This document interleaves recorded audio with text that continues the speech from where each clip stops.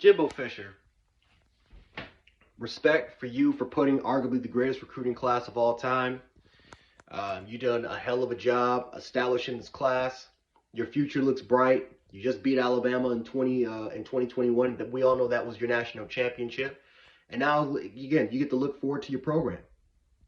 And for the next 2 to 3 years, A&M is going to have really, really high expectations. They're going to have severely high expectations because it's going to be to a point where it's not just beating Bama, but it's about winning your division. It's about winning the West, going to the SEC championship game, and possibly competing for a college football playoff appearance. You finished fifth in 2020. Again, you underachieved, but you did beat Bama, so that definitely helps because a lot of people thought that you could do it, and you did it. You became the first assistant. We all know that was your national championship, and then you stole Alabama's 2022 recruiting crown. So, Jimbo Fisher, you've done a hell of a job, and I think that A&M will continue to be good, a really, really good football program for the next for the next maybe 2 to 3 years to come. However, don't sit up here and lie to the American public. Don't sit up here and lie like the NIL money did not have anything to do at all with you getting 28, well, at this point, 28, maybe even 29 recruits at this point. Don't sit up here and tell a damn lie and sit up here and say, well, all the players just believed in your program.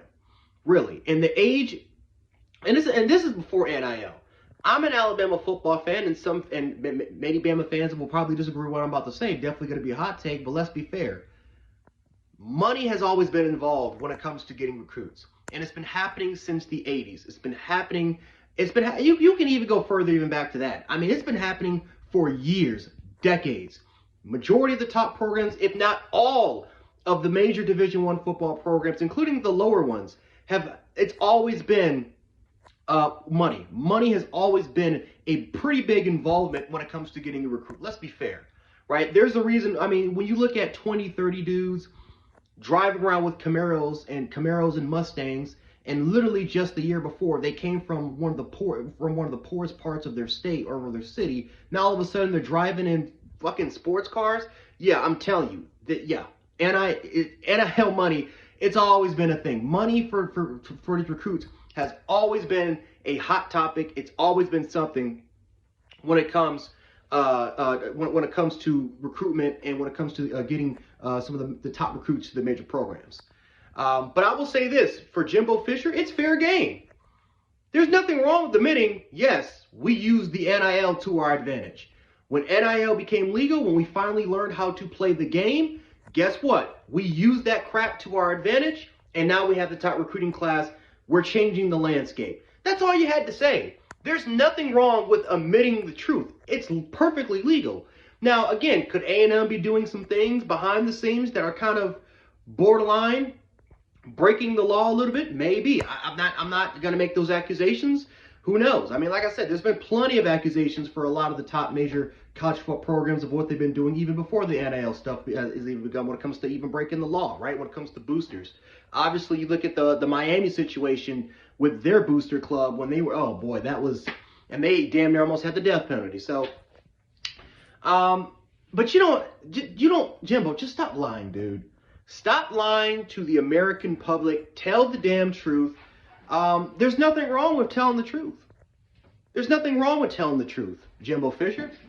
But don't sit up here and say that all 28 of your players, including 6 or 7 5-stars, believed in the future bright spot of your program. Now, some of your players might do that, but don't sit up here and say that all of them did. Don't sit up here and say that that NIL money had nothing to do with any of your recruits coming.